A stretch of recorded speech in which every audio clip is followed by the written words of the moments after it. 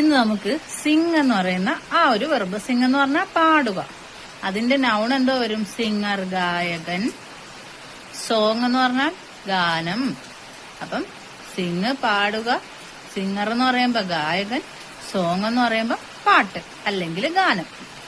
സിംഗ് വെർബാണ്, അത് V1 ആണ്. Singer എന്ന് പറയുമ്പോ നൗണാണ്, ഗായകൻ എന്ന് പറയുന്നത് നാമമാണ്. സോങ് എന്ന് പറഞ്ഞാൽ എന്താണ്? നാമമാണ്.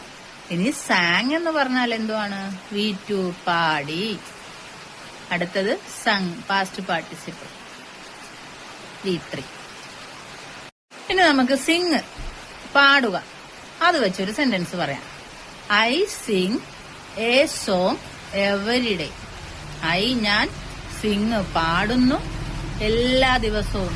എ സോങ് ഒരു പാട്ട്, എവരി ഡേ എല്ലാ ദിവസവും. I sing a song every day, ഞാൻ എല്ലാ ദിവസവും, എവരി ഡേ. ഞാൻ സിംഗ് പാടുന്നു, എ സോങ് ഒരു പാട്ട്. നോക്ക്, ഇതെന്റെ ഫേവറേറ്റ് ഗാനമാണ്. എങ്ങനെ പറയാം?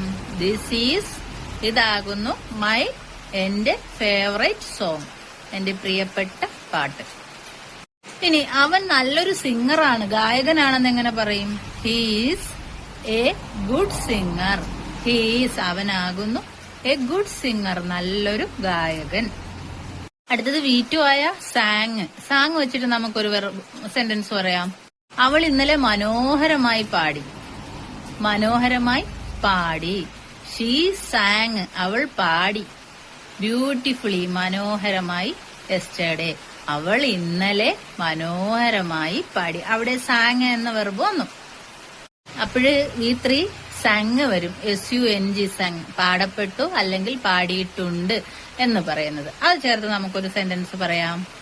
അവർ നിരവധി പാട്ടുകൾ പാടിയിട്ടുണ്ട്. അവർ നിരവധി പാട്ടുകൾ പാടിയിട്ടുണ്ട്. എങ്ങനെ പറയാം? ദേ ഹാവ് സങ്, അവർ പാടിയിട്ടുണ്ട്. മെനി സോങ്, ധാരാളം, നിരവധി പാട്ടുകൾ. They have sung many songs, അവർ ധാരാളം അല്ലെങ്കിൽ നിരവധി പാട്ടുകൾ പാടിയിട്ടുണ്ട്. സോങ്സ് എന്ന് വന്നപ്പം പാട്ടുകൾ ബഹുവചനമാണ്. മെനി സോങ്സ്, ധാരാളം അല്ലെങ്കിൽ നിരവധി പാട്ടുകൾ. അപ്പോൾ song, sing, sang, sung, SUNG ആണ് V3 San. Singer, song. Okay.